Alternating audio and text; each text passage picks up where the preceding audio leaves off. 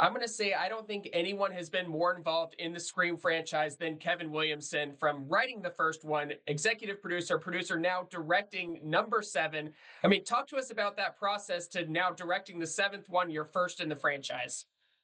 Well, I never thought it would happen. I've said goodbye to this franchise so many times, but they keep calling me and asking me back. And this time I got the call from Neve Campbell, and she asked me to direct. And I've known Neve for 30 years. You don't say no to Neve Campbell. It was such a great experience.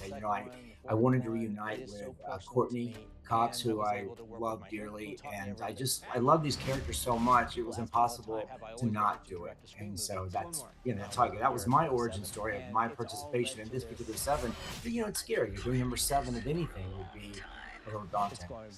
Absolutely. And of course, bringing Neve Campbell back for the seventh movie. She was off for the sixth one, but she was very vocal about the pay disparity, that she felt like she could not say yes to that. And it was such an important moment. I mean, having her back as Sidney Prescott, what was that like, just knowing, okay, she's back. The franchise is so back for the seventh movie? Well, yes, there was, there was the pay disparity situation, but there's also, I think, it's also about a role.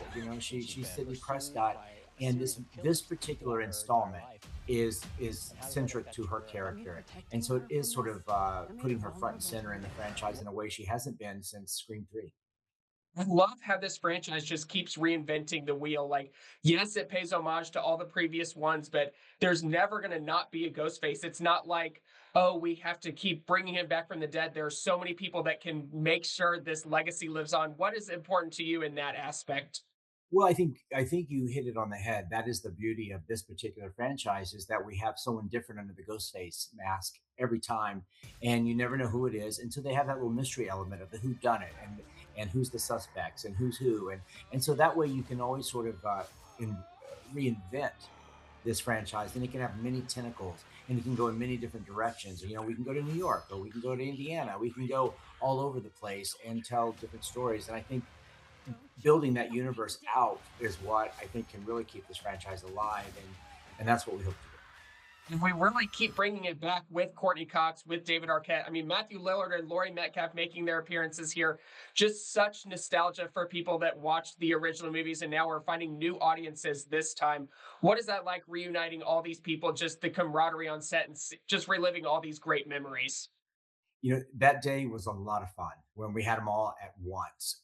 It was a little it was a little, it was a little weird. They're all coming. They were all standing in the same soundstage, but it was fun. It was like a high school reunion, and also this is the 30-year anniversary of the franchise, and so it was really important to us to say thank you to the fans for sticking it out and being there with us. There's seven installments, and so bringing everyone back together seemed like the perfect way to say thank you.